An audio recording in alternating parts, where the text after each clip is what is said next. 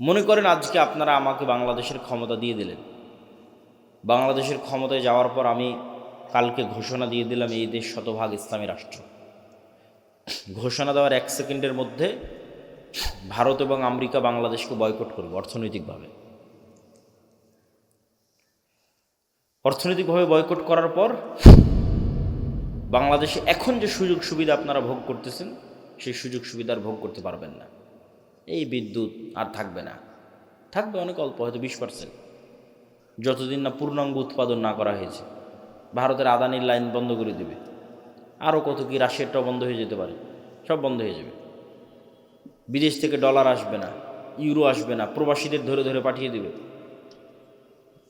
অনেক কিছু। গার্মেন্টসে ক্রয় আদেশ বাতিল হয়ে যাবে। আপনার গাইবান্ধার কত মানুষ গার্মেন্টস থেকে ইনকাম করতেছে, আর ইনকাম পাবে না, বাড়ি ফেরত চলে আসবে। তো যখন দেখবেন যে এরকম ভয়ঙ্কর ম্যাসাকার চলতেছে, আপনি বলবেন যে রাখো তোমার দিন, রাখো তোমার ইসলাম, নামাও আবদুল্লাহকে, দরকার নাই, এর চেয়ে আগেরটাই ভালো ছিল। এটাই বাস্তবতা। তাহলে কখন ইসলামের বিজয় সম্ভব হবে? যখন অন্তত 20%, বাংলাদেশের অন্তত 20 থেকে 30% মানুষের ইমান বিল গায়েবে ইয়াকিন থাকবে। ইমান বিল গায়েব কি? ইমান বিল গায়েবের একটা বড় পার্ট হচ্ছে পরকাল। 6 নাম্বার, ওয়াবিল আখিরাতি হুম ইউকিনুন, সূরা বাকারার মধ্যে আল্লাহ বলেছেন আল্লাযীনা ইউমিনুনা বিল গায়ব, যারা গায়বে ইয়াকিন রাখে। আর শেষ করছেন ওয়াবিল আখিরাতি হুম ইউকিনুন, পরকালে ইয়াকিন রাখে। তো পরকালে ইয়াকিন রাখা মানে কি? পরকালকে ভিজুয়ালাইজ করতে পারা, দেখতে পাওয়া। মুসলমানদের জীবন পরকাল ভিত্তিক। পরকালকে যতক্ষণ আপনি চোখ বন্ধ করে দেখতে না পাবেন, বারজাখী জীবনকে যতক্ষণ দেখতে না পারবেন, ততক্ষণ আপনি এই দুনিয়ার মোহ থেকে বের হয়ে আসতে পারবেন না। আর যতক্ষণ এই দুনিয়ার মোহ থেকে বের হয়ে আসতে না পারবেন, ততক্ষণ আপনাকে দিয়ে বিজয় হবে না। আল্লাহ সুবহানাহু ওয়া তাআলা কোরআন মাজিদে বলছেন, আম হাসিবতুম আন তাদখুলুল জান্নাহ ওয়ালাম্মা ইয়াতিকুম মাসালুল লাযীনা খালাউ মিন ক্বাবলিকুম মাসসাতহুমুল বা'সা ওয়াদ-দাররা ওয়াজুলজিলু হাত্তা ইয়াকুলার রাসূল ওয়াল্লাযীনা আমানু মাআহু মাতা নাসরুল্লাহ। জান্নাত কি তোমাদের মামার বাড়ি? জান্নাত কি তোমাদের নানির বাড়ি? এখন পর্যন্ত সেই জুলুম, সেই অত্যাচার সহ্য করলো না। যেই জুলুম, যে অত্যাচার তোমাদের পূর্বে যারা চলে গেছে তারা সহ্য করলো। তারা কি সহ্য করেছে? সূরা বুরুজে আল্লাহ বলছেন, ওয়ামা নাকামু মিনহুম ইল্লা ইউমিনু বিল্লাহিল আজিজিল হামিদ। পুরো একটা এলাকার মানুষকে আগুন জ্বালিয়ে পুড়িয়ে দেওয়া হচ্ছে, এবং ওই এলাকার মানুষেরা স্বেচ্ছায় আগুনের মধ্যে ঢুকে যাচ্ছে। তাদেরকে শর্ত দেওয়া হয়েছে, হয় ইমান পরিত্যাগ করো, না হয় আগুন রেডি আছে। তাহলে একটা পুরো সুন্দরগঞ্জের সকল মানুষ স্বেচ্ছায় কিভাবে আগুনে পুড়ে মারা যেতে পারে? একটাই রাস্তা আছে। সুন্দরগঞ্জের মানুষ যেদিন দেখতে পাবে সামনে যে আগুনটা জ্বলতেছে, এটা জান্নাত। এটা কিসের আগুন? এটা জান্নাত। আর পিছনে আমার বাড়িতে যে লাইট, ফ্যান, বিদ্যুৎ, এসি চলতেছে, ওখানে তো জাহান্নামের আগুন জ্বলতেছে। এই ইয়াকিন ছাড়া সম্ভব নয়। আসহাবুল উখদুদের এই ইয়াকিন ছিল। তারা স্বেচ্ছায় আগুনে চলে গেছে, কেন? আগুনের মধ্যে ওরা জান্নাত দেখতে পাচ্ছিল। আর ওদের বাড়িতে ঘরে ওরা জ্বলন্ত জাহান্নামের আগুন দেখতে পাচ্ছিল। এটাই ইয়াকিন, এটাই পরকালের উপর ইয়াকিন।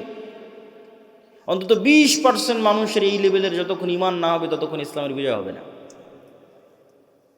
মুসলমানেরা জোর করে টেনে নামাবে, কেননা পরকালমুখী চিন্তা ছাড়া ইসলামের বিজয় সম্ভব না। বস্তুবাদী চিন্তা দিয়ে ইসলাম কোনোদিন বিজয় হবে না। বস্তুবাদ তো ধোঁকা, আপনাকে গোলাম বানানোর ধোঁকা, আপনার দিনকে ছিনিয়ে নেওয়ার ধোঁকা। সম্মানিত বুঝছে, এই জন্য ইমান বিল গায়বে ইয়াকিন লাগবে। তারপরে দুনিয়াতে কি করতে হবে? দুনিয়াতে দুটো জিনিসের মাধ্যমে নেতা তৈরি হয়। একটা হচ্ছে জ্ঞান এবং শিক্ষা, আর একটা হচ্ছে সত্যবাদিতা এবং ন্যায়পরায়ণতা। এই দুইটার মাধ্যমে নেতা তৈরি হয়, নেতা তৈরির কারখানা। ন্যায়পরায়ণতার আমানতদারিতা যেন মুসলমানদের মধ্যে না থাকে, এই জন্য মুসলমানদের উপর চাপিয়ে দেওয়া আছে গণতন্ত্র। গণতন্ত্র হচ্ছে গোলাম তৈরির কারখানা। কেন? গণতন্ত্রের কালচারই এমন যে ওখানে আপনাকে মিথ্যা বলতে হবে। গণতন্ত্রের কালচারই এমন, ওখানে আপনাকে 2 নম্বরই করতে হবে, ধোঁকাবাজি করতে হবে। অন্য দলের সাথে তো বহু দূরে থাক, একই দলের একই আসনের মনোনয়ন প্রার্থী একজন আর একজনের বিরুদ্ধে যদি 2 নম্বরই না করে, তো মনোনয়নে নিয়ে আসতে পারবে না। তাহলে এই যে 2 নম্বরই কালচারের মধ্যে দিয়ে যেন বড় হয়, এই জন্য গণতন্ত্র চাপিয়ে দেওয়া। তাহলে কি হবে? তাহলে 300টা যে এমপি আসতেছে, 300 এমপি 2 নম্বরই রাস্তা অবলম্বন করে আসতেছে। তাহলে এরা 300 জন আপনাদের কাছে এমপি, কিন্তু আল্লাহর কাছে গোলাম, কৃতদাস। এরা টাকার কাছে বিক্রি হয়ে যাবে। কেন? ওদেরকে ওই কালচারের মধ্যে বড় করা হয়েছে। তাহলে সত্যবাদী, ন্যায়পরায়ণ, যে কোথাও বিক্রি হবে না। এই যে OC, DC, SP, AC land, sub registrar, এদের তো রাজনৈতিক দলের সাথে এদের ক্ষমতা যায় না। তারাই, এটা সরকারি চাকরি, যতক্ষণ রিটায়ার্ড না হয়েছে ততক্ষণ যাবে না। পুলিশ বলেন, আর্মি বলেন, জজ বলেন, বিচারক বলেন, সব। তো এরা তো আমরা আপনারাই, এরা তো বাইরের কেউ নয়। এরাই যদি বলে যে আজ থেকে সত্যবাদী হলাম, ন্যায়পরায়ণ হলাম, একদিনে দেশে 80% ইসলাম কায়েম হয়ে যাবে। কিন্তু ভুল হচ্ছে আমরা মানুষকে বুঝাতে পারিনি যে এটা ইসলাম। মানুষ মনে করে নিয়েছে যে সবাই মিলে যদি আমরা বোরখা পরি তাহলে ওটাই হয়তো শতভাগ ইসলাম। ওটা অবশ্যই ইসলাম। আমরা সবাই মিলে যদি মসজিদে যাই তাহলে এটাই শতভাগ ইসলাম, অবশ্যই ওটা ইসলাম। কিন্তু আমরা সবাই মিলে মসজিদেও গেলাম, সবাই মিলে বোরখাও পরলাম, কিন্তু আবার একজন আর একজনের টাকা মেরেও নিলাম। তাহলে আমরা এখনো বুঝিনি যে ইসলাম কি, এইটা এখনো বুঝিনি। কেন? এক কালবে আল্লাহর ঈমান আর আমানতের খেয়ানত একত্রিত হতে পারে না। লা ঈমান আল ঈমান লা আমানাত লাহু। ফলত মানুষকে আমরা বুঝাতেই পারিনি। আমি যে বললাম যে আজকে OC, DC, SP, AC land, sub registrar, এরা যদি শতভাগ সৎ আর ন্যায়পরায়ণ হয়ে যায় তো 80% ইসলাম কায়েম হয়ে যাবে। এটা কেমনে বললাম? কেননা রাষ্ট্রে ইসলামের ট্রাম্প কার্ডই হচ্ছে, রাষ্ট্রে ইসলামের বিজ্ঞাপনই হচ্ছে ন্যায়, ন্যায়পরায়ণতা, ন্যায় বিচার, সত্যবাদিতা। এটা মোহাম্মদ সাল্লাল্লাহু আলাইহি ওয়াসাল্লাম মার্কেটিং করে গেছে ঈসা আলাইহিস সালামের জন্য, যে ঈসা আলাইহিস সালামের পূর্বে পৃথিবী জুলমে ভরা থাকবে। ঈসা আলাইহিস সালাম না আসা পর্যন্ত কিয়ামত কায়েম হবে না। লা তাকুমুস সাআ হাত্তা ইয়ানজিলা ঈসা ইবনে মারইয়াম। ঈসা ইবনে মারইয়াম যতক্ষণ অবতীর্ণ না হয়েছে কিয়ামত হবে না। আর ঈসা ইবনে মারইয়াম অবতীর্ণ হয়ে কী করবে জানো? সারা পৃথিবীতে ন্যায় প্রতিষ্ঠা করবে। আল্লাহু আকবার। এটা ব্র্যান্ডিং। রাসূল সাল্লাল্লাহু আলাইহি ওয়াসাল্লাম এটা বলেনি যে ঈসা ইবনে মারইয়াম অবতীর্ণ হয়ে সারা পৃথিবী সব মানুষকে বাধ্যতামূলক সালাত আদায় করাবেন। মানুষ সালাত আদায় করবেই, কিন্তু রাষ্ট্রে ইসলামের ব্র্যান্ডিং কি? রাষ্ট্রে ইসলামের ব্র্যান্ডিং হচ্ছে ন্যায়। তো ওই OC, DC, SP, AC land, sub registrar, এরা এমন ইসলাম বুঝলো যে এরা এখন মানুষের টাকা মেরে নিয়ে হজ করে, ঘুষ নিয়ে মসজিদে দান করে, প্রশ্ন ফাঁসের টাকা দিয়ে মাদ্রাসায় দান করে। তাহলে আমরা কি ইসলাম বুঝালাম বলেন মানুষকে? এটার সাথে যে ইসলামের কোনো সম্পর্ক নাই, এটা যে মুনাফিকি, এটা তো আমরা বুঝাতে পারলাম না। এইটার তো দিনের সাথে ঠাট্টা আছে, এটা তো মুনাফিকি আছে। ধরেন একজন মানুষ হারাম নয় হালাল টাকা দিয়ে দান করল, একজন মানুষ 5 ওয়াক্ত সালাত জামাতে মসজিদে আদায় করলো, রাতে তাহাজ্জুদের সালাত আদায় করলো, তবুও ওই রাতে তাহাজ্জুদ সালাত আদায়কারীর চেয়ে আর আল্লাহর রাস্তায় হালাল টাকা দানকারীর চেয়ে ওসি যদি শুধু তার নিজ চেয়ারে বসে ন্যায় প্রতিষ্ঠা করতে শতভাগ, ওটা বেশি নেকির কাজ ছিল। এইটাই তো বুঝাতে পারলাম। এটা রাসূল সাল্লাল্লাহু আলাইহি ওয়াসাল্লামের হাদিস, সাবআতু ইউযিল্লুহুমুল্লাহু ইয়াওমা লা যিল্লা ইল্লা যিল্লুহু। 7 শ্রেণীর মানুষকে আল্লাহ আরশের ছায়া দিবেন, তার 1 নম্বরে জায়গা দেওয়া আছে ন্যায়পরায়ণ, দায়িত্বশীল। বাকি নামাজি, দানকারী, এদেরকে 2, 3, 4 জায়গা দেওয়া আছে। আর 1 নম্বরে জায়গা দেওয়া আছে যে নিজ দায়িত্বে শতভাগ ন্যায়পরায়ণ। তাহলে OC, DC, SP, AC land, sub registrar, এদেরকে আমরা বুঝাতে পারলাম না যে তুমি তো যে পাগলামি করতেছো ওটা তো মুনাফিকি, ওটা তো করার দরকারই নাই। তুমি এই যে দায়িত্ব বসে আছো এটাই শতভাগ ন্যায়ের সাথে যদি তুমি পালন করতে পারো, তাহলে তুমি কি পালন করতেছো জানো? রব্বুল আলামিনের গুণে গুণান্বিত হচ্ছ। রব্বুল আলামিন আল্লাহ, তার সবচেয়ে বড় গুণ হচ্ছে তিনি ন্যায়পরায়ণ, জুলম করেন না। মানুষ হয়ে তুমি মানুষের উপর শতভাগ ন্যায় করতেছো, দিস ইজ এ মিরাকল। মানুষ হয়ে তুমি রব্বুল আলামিনের যে গুণ, যে উনি কারো উপর জুলুম করবেন না, সেটা তুমি বাস্তবায়ন করছো। এটা অনেক মহৎ গুণ, বিশাল গুণ, কিন্তু এটা আমরা মানুষকে বুঝাতে পারলাম না। ইসলাম কি এটা মানুষকে বুঝাতে আমরা ব্যর্থ। তাহলে সত্যবাদিতা, ন্যায়পরায়ণতা ছাড়া নেতা হওয়ার কোনো সুযোগ নাই। আর সত্যবাদী, ন্যায়পরায়ণ মানুষ যেন বের না হয়ে আসে, এই জন্য গণতন্ত্র। এই গণতন্ত্রের ফাঁক দিয়ে যদি কেউ সত্যবাদী, ন্যায়পরায়ণ বের হয়েও আসে, তাহলে ওসমান হাদির মতো গুলি করে হত্যা করা হবে। কেন? ওটার ওজন বহন করতে পারবে না রাষ্ট্র, আধিপত্যবাদী শক্তি ওইটার ওজন বহন করতে পারবে না। আর শিক্ষা এবং জ্ঞান, আল্লাহ পৃথিবীকে যেই ফাংশনের উপর তৈরি করেছেন সেই ফাংশনের মধ্যে এইটাই আছে যে শিক্ষা এবং জ্ঞানের বাটন যে চাপ দিবে সে নেতা হবে। এখন সুন্দরগঞ্জের যুবকেরা যদি সব free fire, PUBG, TikTok, IPL, BPL এগুলো নিয়ে ব্যস্ত থাকে, সময় নষ্ট করে, মদ, জুয়া, গাঞ্জা নিয়ে ব্যস্ত থাকে, আর ইউরোপ আমেরিকার ইহুদি খ্রিস্টানের সন্তানেরা যদি জ্ঞান অর্জন করে, তো আল্লাহ বলবে না এই ইহুদি খ্রিস্টান তোদের নেতা বানাবো না, আমার সুন্দরগঞ্জে কিছু মদখোর জুয়াখোরকে নেতা বানাবো। এটা আল্লাহ করবেন না। আল্লাহ নিজের তৈরি করা রুলস ভাঙ্গেন না। ওই ইহুদি খ্রিস্টানের নেতা হয়ে যাবে। আর এই সুন্দরগঞ্জের মদখোর জুয়াখোর মুসলমান হওয়ার পরও গোলাম থাকবে। কেন? আমার পায়ে গোলামির জঞ্জির সে নিজে বেঁধেছে, কিছু করার নাই। আল্লাহ এই সিস্টেম তৈরি করেছে যে জ্ঞানে নেতা হওয়া যায়। কেন বলেন তো? আল্লাহ নিজে সবার চেয়ে জ্ঞানী। আদম আলাইহিসসালাতু ওয়াসসালামকে জ্ঞান দিয়ে আল্লাহ সম্মান দিয়ে ফেরেশতা এবং জিন দিয়ে সিজদা করিয়েছে। ইবলিস করেনি, ইবলিস বোঝেইনি, ইবলিসের প্রশ্নই ভুল। ইবলিস প্রশ্ন করেছে আমি তো আগুনের তৈরি। আরে পাগলা, আগুনের তৈরি আর নূরের তৈরি এগুলো তো কথা নয়, জ্ঞান তো তোমার চেয়ে বেশি। আদম আলাইহিসসালাতু ওয়াসসালামকে জ্ঞান দেওয়া হয়েছে তোমার চেয়ে বেশি, নাহলে তোমার আগুনের চেয়ে নূরের তৈরি ফেরেশতা তো আরও শ্রেষ্ঠ। নূরের তৈরি ফেরেশতা কি জন্য সিজদা করতেছে, আর তুমি আগুনের তৈরি হয়ে কি বলতে চাও, কি বুঝাতে চাও? জ্ঞানই শ্রেষ্ঠত্ব, জ্ঞানই ক্ষমতা। আল্লাহ তলুতকে যখন নেতা বানালেন তখন বলছেন বাসতাতান ফিল ইলমি ওয়াল জিসম, আমি তলুতকে নেতা বানিয়েছি জ্ঞানের জোরে, জ্ঞানের ক্ষমতায়। কিন্তু আজ মুসলমানদের সাথে জ্ঞানের কোনো সম্পর্ক নেই, বই পুস্তক পড়ার কোনো সম্পর্ক নাই। তাহলে কীভাবে নেতা হবেন? গোলামির জিঞ্জির তো আমরা আমাদের পায়ে নিজেরাই বেঁধেছি। এবার কল্পনা করেন যে 500 জন যদি এমন যুবক তৈরি হয়, যে 500 জন যুবক শতভাগ তাওহীদে বিশ্বাসী, শতভাগ ঈমান বিল গায়বে ইয়াকিন রাখে, মানে পরকাল দেখতে পায়, বস্তুবাদী নয়, আবার জ্ঞানে সর্বোচ্চ। আবার জ্ঞান টাকা দিয়ে কিনে নেওয়া যায় না। কত ডাক্তার, ইঞ্জিনিয়ার নেবেন, অনেক জ্ঞান অর্জন করেছে, পিএইচডি ডিগ্রিধারী, একটা 1 লাখ, 5 লাখ, 1 কোটি টাকার জন্য স্বাক্ষর বিক্রি করে দিচ্ছে। বন্দরে বসে আছে, চিটাগাং বন্দরে, মেডিকেলগুলোতে বসে আছে, গাড়ি হাতিয়ে দিবে, কোম্পানির ওষুধ লিখবে। ও কি জ্ঞানী নয়? জ্ঞানী, কিন্তু ওর জ্ঞানকে বিক্রি করে দিয়েছে, ন্যায়পরায়ণ নয়। তাহলে কল্পনা করেন যে 500 এরকম যুবক তৈরি হয়েছে যারা সর্বোচ্চ ডাক্তার, সর্বোচ্চ ইঞ্জিনিয়ার, কিন্তু বিক্রি হয় না, কেউ কিনতে পারে না ওদেরকে, ন্যায়পরায়ণ, সত্যবাদী, আবার তাওহীদে শতভাগ তাওহীদে বিশ্বাস রাখে, আবার ঈমান বিল গায়বে ইয়াকিন রাখে। এদেরকে পরাজিত করবে এরকম কোনো শক্তির জন্মই হয়নি পৃথিবীতে। কিন্তু হ্যাঁ, এরকম 500 যুবক তৈরি হয়ে গেলে তারা পৃথিবীর জন্য, সাম্রাজ্যবাদী শক্তির জন্য হুমকি। তখন তারা এদেরকে ধ্বংস করতে চাইবে, হত্যা করতে চাইবে।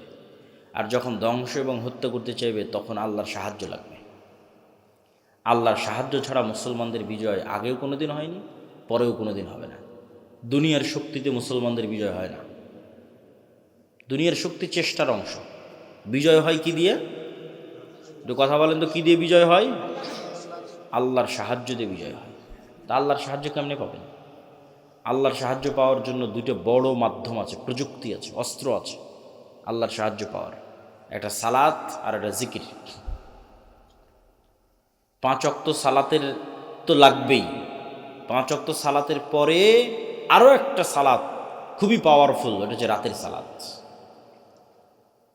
আর জিকির তো আছেই, কিন্তু জিকিরের মধ্যে একটা জিকির খুবই পাওয়ারফুল, এটা হচ্ছে সকাল সন্ধ্যার জিকির। কিন্তু এই সালাত এবং এই জিকির কেন পাওয়ারফুল, এই সালাত এবং জিকির দিয়ে কেমনে আল্লাহর সাহায্য আসবে, এটা একটু বুঝে তারপরে আমাদেরকে সামনের দিকে আগাতে হবে। দেখেন, এখান থেকে ঢাকা অথবা আমেরিকা অথবা রাজশাহীতে কোনো ভালো টিচার যদি থাকে, তার সাথে আপনি অনলাইনে ক্লাস করতেছেন লাইভ, অথবা অনলাইনে ফোনে কথা বলতেছেন লাইভ। তো এই যে অনলাইনে ফোনে লাইভ কথা বলতেছেন, লাইভ ক্লাস করতেছেন লগ ইন করে পাসওয়ার্ড দিয়ে, তো হাজার হাজার কিলোমিটার দূরে থাকা টিচারের মুখোমুখি হয়েছেন ইন্টারনেট দিয়ে, জুম দিয়ে, হোয়াটসঅ্যাপ দিয়ে। তো এইটা যে প্রযুক্তি, এই প্রযুক্তির চাইতেও লক্ষ কোটি গুণ টপ লেভেলের প্রযুক্তি হচ্ছে আমি দুনিয়াতে বসে আছি, আর আমার সাথে 7 আসমানে থাকা রব্বুল আলামিন লাইভ কানেক্টেড হবেন, ওটা হচ্ছে সালাত। রব্বুল আলামিনের সাথে রব্বুল আলামিন 7 আসমানে, আরশে, আমি দুনিয়ায়, কিন্তু মুখোমুখি হব, লাইভ, সরাসরি কথা হবে। ওইটার প্রযুক্তি সালাত, ওটার জন্য সালাতে দাঁড়াতে হবে, সিস্টেম ওইটা, ফরম্যাট ওইটা, যেটা আমার পূর্বের বক্তা বলছিলেন, এটা গায়েবে নির্ধারিত ফরম্যাট, লাউহে মাহফুজে নির্ধারিত ফরম্যাট। সেম হুবহু ওই ফরম্যাট যখন আপনি ধারণ করবেন, কানেকশন তৈরি হয়ে গেছে। ফরম্যাটে উল্টাপাল্টা হয়ে গেলে কানেকশন হবে না, নেটওয়ার্ক কাজ করবে না, অ্যাক্টিভ হবে না, ফাংশন করবে না। এই জন্য ফরম্যাট হুবহু এরকমই থাকা লাগবে, যেমনটা লাউহে মাহফুজে, লাউহে মাহফুজ থেকে জিব্রাইল, জিব্রাইল থেকে মোহাম্মদ সাল্লাল্লাহু আলাইহি ওয়াসাল্লাম, মোহাম্মদ সাল্লাল্লাহু আলাইহি ওয়াসাল্লাম থেকে কোরআন এবং হাদিসে। তো কোরআন এবং হাদিসে যেভাবে ফরম্যাট দেওয়া আছে ওটাই হতে হবে। তাহলে ওই ফরম্যাট দিয়ে আপনি এখন জমিনে বসে থেকে রব্বুল আলামিনের সাথে কানেকশন হবে। ঠিক যেমন আমরা আমাদের মোবাইলের পাসওয়ার্ড ওপেন করতেছি ফিঙ্গারপ্রিন্ট দিয়ে, ফেস ভেরিফিকেশন দিয়ে। ওই ফেস ভেরিফিকেশন যখন নেয় তখন বলে ডানে তাকাও, বামে তাকাও, উপরে তাকাও, তাহলে পুরো ফেসটা নেয়, পুরো ফেসটা মোবাইলের কাছে থাকলো, পরে যখনই আমার ফেসটা দেখে চিনতে পারে, সাথে সাথে খুলে যায়। তো আজকের যুগে, আধুনিক যুগে অনেক দরজা আছে, দেখবেন ফিঙ্গারপ্রিন্ট দিয়ে দরজা ওপেন হয়। আচ্ছা, আমাদের গাড়ির চালক কি এসে পৌঁছেছে? জি ভাই, পৌঁছেছে। তো দেখবেন যে ফিঙ্গারপ্রিন্ট দিয়ে দরজা ওপেন হয়, কার্ড পাঞ্চ করে দরজা ওপেন হয়। তো মনে করেন আমরা অত্যাধুনিক প্রযুক্তির একটা দরজার সামনে দাঁড়িয়ে আছি, যেই দরজা পাসওয়ার্ড অনেক কঠিন, প্রচুর ভ্যারাইটিস পাসওয়ার্ড। যেমন মোবাইলের পাসওয়ার্ড দেওয়ার সময় ওরা কী বলে যে শুধু ইংরেজি লিখিও না, সংখ্যা দাও, 1 2 3 4 দাও, 1 2 3 4-এর পরে হ্যাশ দাও, স্টার দাও, যত রকমের দিতে পারো তত পাসওয়ার্ড শক্ত। তো পাসওয়ার্ড অনেক শক্ত, নির্ধারিত সময়ে আসতে হবে, নির্ধারিত সময় ছাড়া কাজ করবে না, দরজা খুলবে না। নির্ধারিত সময়ে আসতে হবে, পবিত্র অবস্থায় আসতে হবে। পবিত্র হওয়ারও ফরম্যাট দেওয়া আছে। মানুষ বুঝতেছে না কী ব্যাপার, আমি পেশাব পায়খানা করলাম কিন্তু হাত কেন ধুচ্ছি? এটা তো গায়েবে নির্ধারিত ফরম্যাট, এটা তো প্রযুক্তি। পেশাব পায়খানা করে এসে মাথা কেন মাসাই করতেছি? তো লাউহে মাহফুজ এভাবে নির্ধারণ করা আছে, এইটা ওইটার সাথে মিলে যাবে, তখনই তো কানেকশন তৈরি হবে, তখনই তো যোগাযোগ তৈরি হবে। আসলে যখন আপনি নির্ধারিত সময় যখন পবিত্র অবস্থায় দাঁড়ালেন, এটা একটা ফরম্যাট, এর সাথে একটা আওয়াজ আছে, সাউন্ড আছে, আলহামদুলিল্লাহ রাব্বিল আলামিন আর রহমানির রহিম। রুকুতে যখন গেলেন, এটা একটা ফরম্যাট, ওর সাথে একটা সাউন্ড আছে, সুবহান রাব্বিল আযীম। সিজদায় গেলেন, ওর সাথে একটা সাউন্ড আছে, সুবহান রাব্বিল আলা। এই ফরম্যাট, সাউন্ড, দাঁড়ানো, সময়, নিয়াত, কালব কানেক্টেড, চোখ সিজদায়, সব যখন মিলে গেছে, তখন তো সামনের দরজা উন্মুক্ত হবে, ধরতে পেরেছে পরিপূর্ণভাবে, তখন আল্লাহর সাহায্যের দরজা উন্মুক্ত হবে, আল্লাহ সুবহানাহু ওয়া তাআলার রহমত পাওয়ার দরজা উন্মুক্ত হবে। এটাই সালাত। সালাত ছাড়া মুসলমানদের বাঁচার কোনো রাস্তা নাই, সালাত ছাড়া মুসলমানদের মুক্তির কোনো রাস্তা নাই। কেন? 7 আসমানের সাথে যোগাযোগই হবে না, 5 ওয়াক্ত সালাতে যে নেওয়ার নামই নাই, গন্তিতেই নাই, আল্লাহর কাউন্টের মধ্যেই নাই। তো ওকে দিয়ে কী কাজ হবে? ওর ভোটেরও কোনো দাম নাই, ওর মিছিলেরও কোনো দাম নাই, ওর তাকবীরেরও কোনো দাম নাই, ভ্যালুলেস। 16 কোটি বেনামাজি ভোট দিয়ে যদি বলে ইসলাম বিজয় করবে, এটা মিথ্যা কথা। তা আল্লাহর খাতাতে নেই কিসের ইসলাম?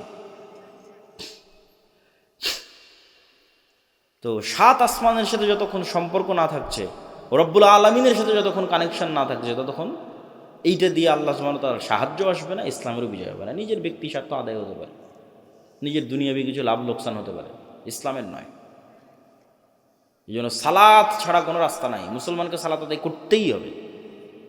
এই জন্য রাসূলুল্লাহ সাল্লাল্লাহু আলাইহি ওয়াসাল্লাম সূর্যগ্রহণে সালাত, চন্দ্রগ্রহণে সালাত, বৃষ্টি প্রার্থনায় সালাত, যুদ্ধের মধ্যে সালাত। যুদ্ধের মধ্যে সবাই মিলে যুদ্ধ করলে তো যুদ্ধ আরও জমে, তা না করে বলছে সালাতের সময় হয়ে গেছে, অর্ধেক যুদ্ধ করো, অর্ধেক সালাত আদায় করো। কেন? তোমাদের এই যুদ্ধ সবাই মিলে যুদ্ধ করলে বিজয় হবে, ওই থিওরিতে এই যুদ্ধ চলে না। এটা যদি জিহাদ ফি সাবিলিল্লাহ হয়, জিততে হলে রব্বুল আলামিনের সাহায্য লাগবে। রব্বুল আলামিনের সাহায্য আসার জন্য ওই যে ফরম্যাটে দাঁড়াতে হবে, প্রযুক্তি ইউজ করতে হবে, তাহলে আসমান থেকে সাহায্য নামা শুরু করবে। আর আসমান থেকে সাহায্য না নামলে তোমাদের বিজয় হবে না। এই জন্য সালাত আদায় করা ছাড়া মুক্তির কোনো রাস্তা নেই। আর একটা বলেছি জিকির। জিকির কেন পাওয়ারফুল? জিকির কেন শক্তিশালী, জিকির কেন পাওয়ারফুল শক্তিশালী, এটা বুঝতে হলে আপনাকে বুঝতে হবে শব্দ, আওয়াজ, বাক্য কেন শক্তিশালী। আজকে আমরা যেই বিশ্বে দাঁড়িয়ে আছি, এই বিশ্বটার আধুনিক সভ্যতা দাঁড়িয়ে আছে যে আমি আবদুল্লাহ এখান থেকে বলবো, আমার এই আওয়াজটা মোবাইলে ক্যাপচার করবে, মোবাইল থেকে নেটওয়ার্কে দিবে, দিয়ে এখন আমার কথা এখন আমেরিকাতে বাজতেছে। এ কেমনে আমেরিকা গেল? এটা আলোর মধ্যে দিয়ে আমার কথা ট্রান্সফার হয়ে যাচ্ছে, আমার চেহারা, ছবি, ভিডিও আলোর মধ্যে দিয়ে ট্রান্সফার হয়ে যাচ্ছে। এটা পৃথিবী যেদিন থেকে সৃষ্টি হয়েছে ওই দিন থেকেই হয়, মানুষ জানত না। এই গায়েব আল্লাহ উন্মোচন করেছে 50 বছর 60 বছর হচ্ছে মানুষের জন্য। তো এটার উপরে এই আধুনিক সভ্যতা টিকে আছে। কিন্তু এই আধুনিক সভ্যতার চেয়েও পাওয়ারফুল অত্যাধুনিক প্রযুক্তি হচ্ছে শব্দভিত্তিক, আওয়াজ ভিত্তিক প্রযুক্তি, কিন্তু ওর ধারে কাছে বিজ্ঞানীরা নাই। বিজ্ঞানীদের ওই লেভেল পর্যন্ত জ্ঞান পৌঁছেনি। কিন্তু ওই লেভেল পর্যন্ত কিছু জ্ঞান আল্লাহ আবার সুলাইমান আলাইহিস সালামকে দিয়েছিলেন। বলেন আল্লাহু আকবার। তাহলে সুলাইমান আলাইহিস সালাম আজ থেকে 1000 বছর আগে কোন লেভেলের জ্ঞান অর্জন করেছিলেন? যেমন আমার এখানে যদি একজন চাইনিজ বসে থাকে, ও আমার একটা কথা বুঝতে পারবে, খালি আওয়াজ ওর কানে যাবে। কি যাবে? আওয়াজ। তো এটা এক ধরনের আওয়াজ। আমি যে বাংলা বলতেছি, this is one kind of sound, এটা একটা আওয়াজ। আপনি বুঝতেছেন, আরেকজন বুঝে না। ঠিক এখানে এসে একটা চাইনিজ যদি বক্তব্য দেয়, আপনি খালি আওয়াজই শুনতে পাবেন। কী যে আওয়াজ, তো অর্থ জানি না। তাহলে অবশ্যই এই ধরনের কোনো একটা আওয়াজের সিস্টেম আছে, ফরম্যাট আছে, যেটা আপনি উচ্চারণ করলে গরুতে বুঝে নেবে যে কি বলল। বলেন আল্লাহু আকবার। ওইটা আমাদের ব্রেনে আল্লাহ দেয়নি, ওইটা সুলাইমান আলাইহিস সালামকে দিয়েছেন।